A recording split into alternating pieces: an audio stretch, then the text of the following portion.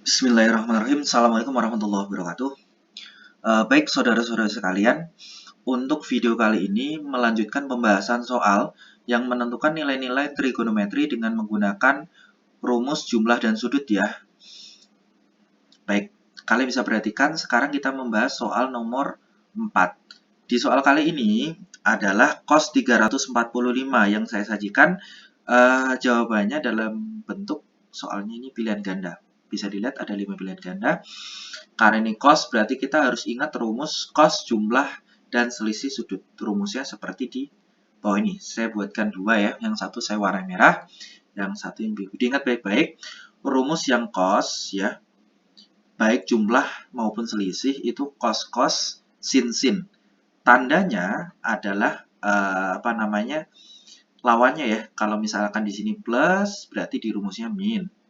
Kalau dia yang selisih atau min ini berarti yang di rumusnya plus. Diingat baik-baik jangan sampai kebalik. Kalau yang sinus tandanya sama. Kalau ini yang cos beda. Baik. Caranya seperti apa? Coba perhatikan. Nah, kita harus memecah 345 ini menjadi penjumlahan atau selisih ya. Kalau di sini saya contohkan yang penjumlahan. Kalian boleh pakai selisih nggak apa-apa. Tapi biasanya karena ini dia itu besar atau mendekati 360, maka biasanya itu kalau misalkan yang menggunakan selisih agak repot ya. Karena nanti kan jatuhnya kan lebih dari 360, jadi repot. Ya kalau misalkan yang kecil mendekati 0, contoh kayak 15, itu saya sarankan pakai yang selisih. Tapi kalau misalkan yang besar, angkanya kayak 355, pakailah yang penjumlahan seperti itu. Tapi terserah kalian sih, mau pakai yang mana, ini cuma saran saja. Baik, kalau sini karena dia cos jumlah, maka kita pakai rumus yang atas ya, yang merah. Nah, berarti tandanya kan karena ini plus, nanti di sini tanda di rumusnya adalah min. Seperti ini. Nah, ini plus, ini min ya. Nah, urutannya kan cos, cos, sin, sin. Penghubungnya min. Karena tadi kan penjumlahan, berarti di rumusnya min. Nah, 345-nya tinggal urut aja. Ini ke sini, ini ke sini, ini ke sini, ini ke sini. Oke, yang berikutnya, kita tinggal menentukan nilainya saja. Kalau cos 45 dan sin 45 kalian gampang. Karena ini udah hafal banget pelah pokoknya kalian. Ya, karena ini kan kuadran 1. Nah, jadi kan seperti ini. Tapi kalau misalkan cos 300 atau sin 300, agak repot ya, karena ini kan di kuadran keempat. Jadi kalian harus mengingat kembali bagaimana cara menentukan nilai trigonometri yang di kuadran ke-2, 3, atau 4.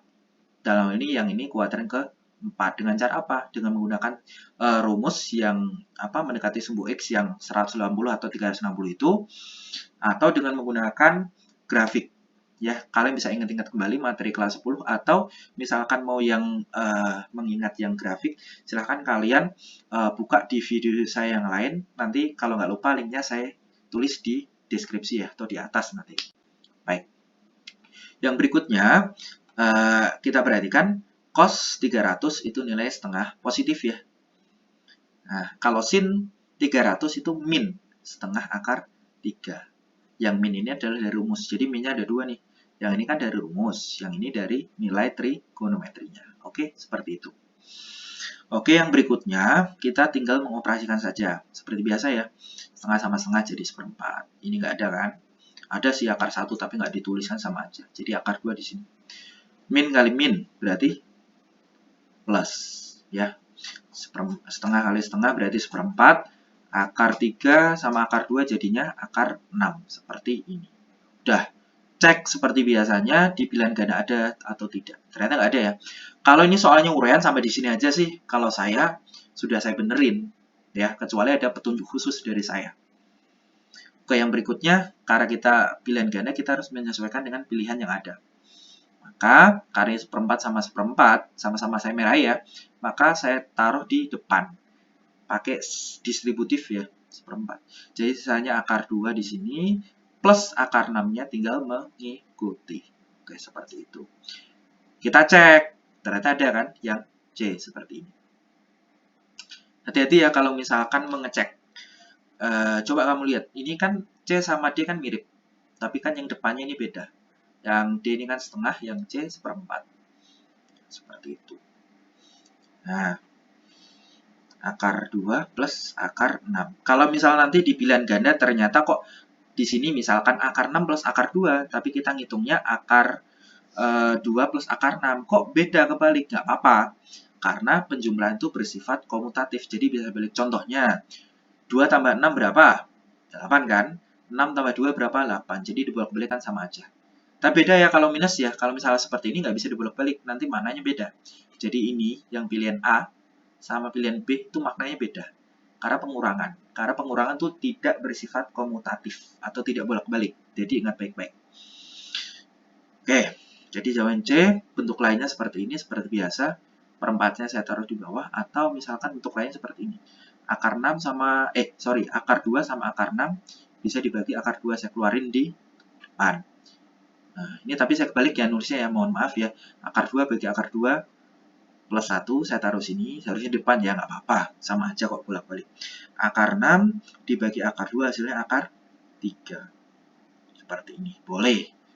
Nah, kalau pilihan gandanya ada, berarti yang ini. Kalau misal nggak ada lagi, berarti kita perempatnya kita taruh di bawah. Jadi, penyebut seperti ini. Cukup seperti ini untuk tampilan rumus ya, yang nilai trigonometri dengan menggunakan rumus jumlah atau selisih. Nah, ini saya sajikan cara lain yang menggunakan grafik. Oke, coba perhatikan grafiknya. Loh, oke. Sorry, ini kok muncul lagi seperti yang grafiknya yang mana ya? Bentar. Iya, yang ini. Ternyata saya kedobelan slide-nya ya, nggak apa-apa.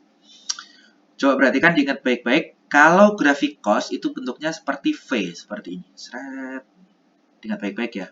Dia mulai 0, 90, 190, jadi mengikuti grafiknya, naik turunnya, sampai di 360. Pak, kalau misalkan lebih dari 360 gimana? Kalian konversi dulu menjadi 0 sampai 360. Atau Pak, kalau misalkan kurang dari 0 gimana? Negatif gimana? Kalian konversikan dengan cara apa? Menjumlahkan atau mengurangkan dengan kelipatan 360. Seperti itu. Seperti apa pembahasannya? Itu sudah dibahas ketika kelas 10 di matematika umum ya, atau matematika wajib. Baik, yang berikutnya seperti biasa ini saya ingatin nih. Nilai ini ya, nilai-nilai yang ada di sini ini, nilai-nilai dari trigonometrinya. Kalau di atas sumbu X seperti ini, dia seperempatnya positif. Kalau di bawah sumbu X, perempatnya adalah negatif seperti ini. Kalau dekat dengan sumbu, tandanya positif seperti ini. Kalau dekat yang garis putus ya, -1 atau 1 ini, tandanya positif penghubungnya ini. Angkanya sama semua, pokoknya seperempat semua. Atau ini akar 6 dan akar 2 semua. Yang membedakan adalah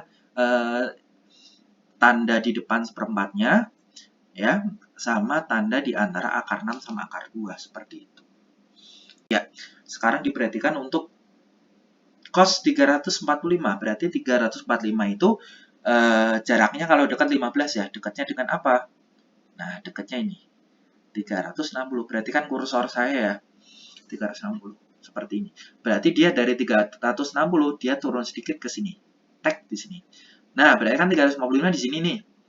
Nah, oh dia di atas. Berarti apa tandanya? 1/4 positif ya, kalau di atas ya. Nah, berarti kita nggak langsung ke sini. Saya kasih lihat di sini. Nih, sebenarnya kalau misalnya mau praktis sini, jawabnya berapa? Langsung ini kan. Berarti kan 1/4 dalam kurung akar 6 plus akar 2. Tapi misalkan kita nggak punya yang ini ya.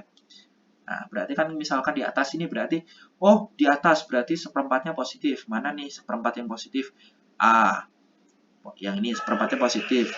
Yang B seperempatnya positif. C juga seperempatnya positif. Yang D dan E otomatis salah. Kalau kamu bingung setelah ini, kamu misalkan mau ngawur ya, atau bahasa bangkanya itu ngerameng gitu. Kamu berarti D dan E itu jangan dipilih. Ya gitu. Oke, yang berikutnya. Karena dia di dekatnya titik-titik atau dekatnya angka 1, berarti nanti tanda penghubungnya adalah positif. Nah, kamu lihat. Yang A tanda negatif, yang B tanda negatif, yang C berarti ini. Berarti jawabnya yang C, seperti itu ya. Kalau kalian nggak punya ininya. Misalnya dari sini mau langsung pilihan gandanya dilihat, boleh seperti itu. Cukup itu dari saya untuk pembahasan soal nomor 4. Terima kasih. Assalamualaikum warahmatullahi wabarakatuh.